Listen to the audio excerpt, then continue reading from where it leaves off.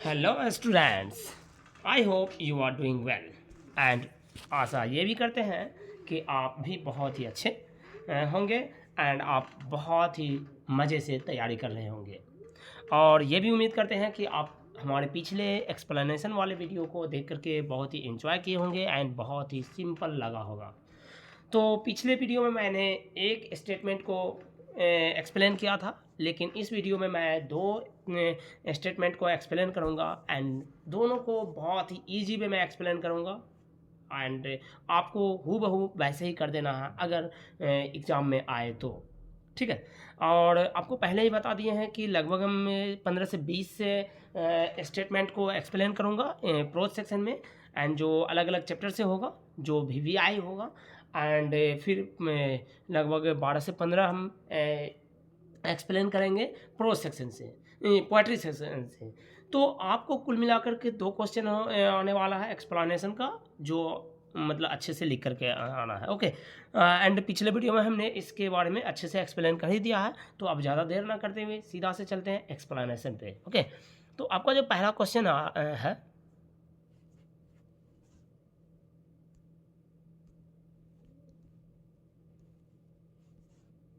Okay, आपका ये जो दूसरा है, we notice that mind is a restless bird, the more it gets the more it wants. And आगे जो डॉट डॉट है, इसमें क्या था, स्टिल रिमेन्स अनसेटिस्फाइड। क्या था, तो ये लाइन कहाँ से लिया गया है? ये लाइन तो आपको पहले ही बताए थे कि ये इंडियन सिविलाइजेशन एंड कल्चर से लिया गया है। ओके। तो यहाँ पर हम लिखना कैसे है कि आपको पता है, दिस लाइन हैज़ बीन या this statement has been taken from essay Indian civilisation and culture written by Mahatma Gandhi. इस तरीक़ा से हम लिख सकते हैं वाई दिस लाइन, है ना। इसको हम बहुत ही अच्छे से एक्सप्लेन करने का कोशिश करते हैं। चलिए देखते हैं। Okay.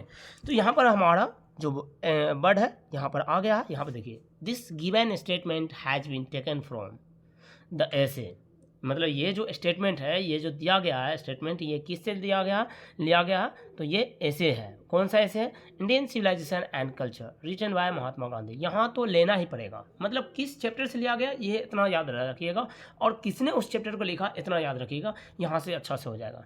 Y this statement he is trying to say two things at the same time, मतलब इस स्टेटमेंट के द्वारा वो दो चीज़ एक ही बार में बोलना चाहता है। ठीक है, वो एक ही टाइम में इसी स्टेटमेंट के द्वारा दो चीज़ बोलने का प्रयास कर रहे हैं। पहला ये कि he talks about the endless desire of a human, of a man at the same at the same time he reminds the simple living of our ancestors. मतलब पहला तो ये बोल रहे हैं कि एंडलेस डिजायर के बारे में, मतलब कहा कि आदमी होता क्या कि एक डिजायर को अचीव करते हैं, दूसरा फिर बना करके फिर उस पर लग जाते हैं। और दूसरा ये है कि अब अगर बेहतर, है ना, करना चाहते हैं, लाइफ में सुकून पाना चाहते हैं, तो you have to live simple life, you have to control your mind. Okay. तो ये बात बोलना चाहते हैं। देखते हैं आगे बात, है ना। अ man is really like a bird, मतलब एक आदमी सच में एक पक्षी की तरह है। ठीक है। Because a man never satisfied to achieve one goal, क्योंकि एक आदमी कभी भी एक गोल को अचीव करने में सेटिस्फाइड नहीं होता है। If they achieve one goal they make another goal to achieve, अगर वो एक गोल अचीव कर लेते हैं तो वो क्या करते हैं, दूसरे गोल की ओर चल पड़ते हैं, एंड वो कभी भी सेटिस्फाइड नहीं हो पाते।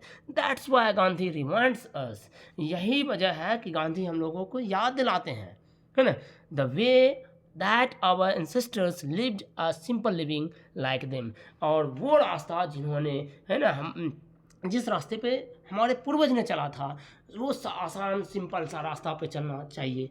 And then I will live peaceful life, I will live very wonderful life, very stressful life. तो इस तरीक़ा से आप अगर लिखिएगा तो नंबर 4 में 4 मिलने वाला है। क्यों? क्योंकि हमने उस थॉट को, उस लाइन में क्या बोलना चाह रहे हैं, ठीक है, ये हमने बहुत ही अच्छे से एक्सप्लेन कर दिया। ओके। तो आई होप कि आपको बहुत अच्छे से समझ में आ गया। ओके। एंड इसमें बस आपको कुछ नहीं करना, हूबहू ऐसे लिख करके आ जाना है। ओके, नेक्स्ट चलते हैं। ठीक है, नेक्स्ट है, देखिए ये भी ये इसी का है, इंडियन सिविलाइजेशन एंड कल्चर से ही है। A man is not necessary happy because he is rich और unhappy because he is poor. मतलब एक आदमी ये जरूरी नहीं है कि हैप्पी है क्योंकि अनहैप्पी है क्योंकि वो पुअर है, और हैप्पी है क्योंकि वो रिच है।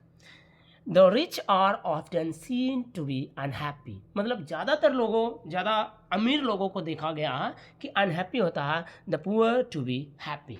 और ज़्यादा गरीब जो होता है वो थोड़ा देखा गया है कि मतलब अमीर मतलब खुशी के मामले में वो गरीब आदमी ज़्यादा अमीर होता है।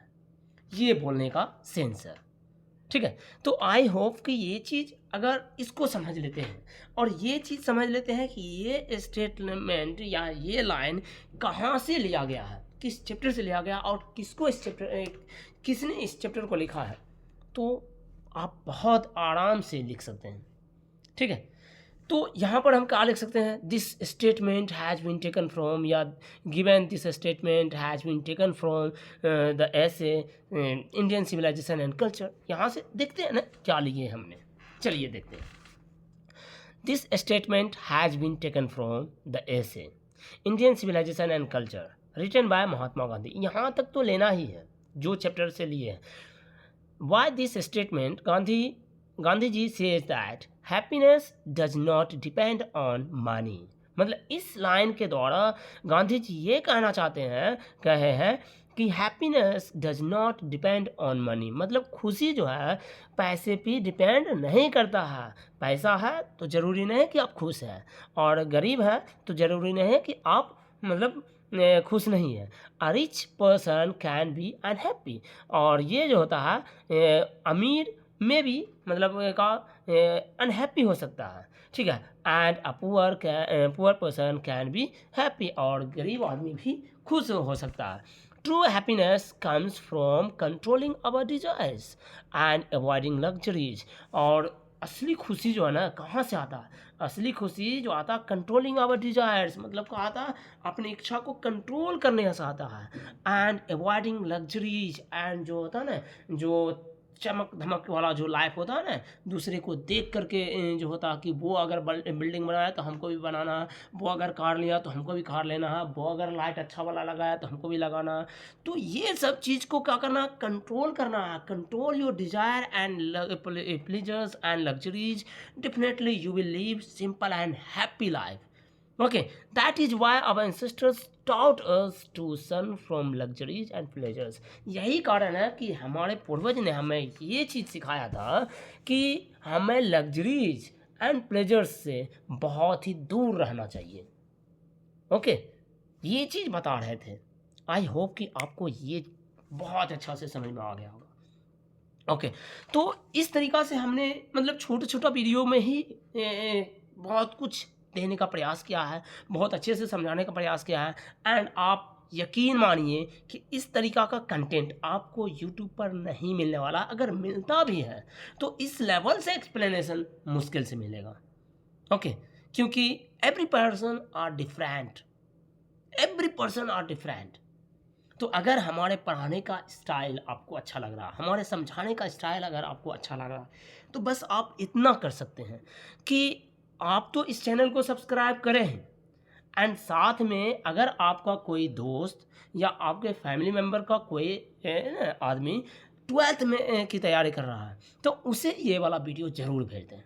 और एक चीज़ और, अगर आप हमसे जुड़ना चाहते हैं, अगर आपको लगता है कि हमारा प्रिपरेशन अभी तक नहीं हुआ है, तो हम कैसे पता करें कि हम कितना नंबर ला सकते हैं, नहीं ला सकते, तो हर चैप्टर का टेस्ट, हर चैप्टर का टेस्ट है, हर बोले तो ग्रामर पार्ट का, या हर प्रीवियस चैप्टर क्वेश्चन पेपर जो है, हर साल के प्रीवियस क्वेश्चन पेपर जो है वो हमने टेस्ट फॉर्म में और पीडीएफ फॉर्म में दे रखा है, जहाँ पर आप टेस्ट दे करके आराम से पता कर सकते हैं मेरा लेवल क्या है, मैं कितना नंबर ला सकता हूँ। ओके, तो ये काम आप ज़रूर करें, क्योंकि आपके पास बहुत ही कम टाइम है। प्रिपरेशन के लिए मात्र 1 महीना टाइम बच गया, तो कोई बात नहीं है। इस लेवल से अगर आप लिखते हैं तो मात्र कम दिन में आप बहुत ही अच्छा नंबर ला सकते हैं। Okay bye, see you in next video.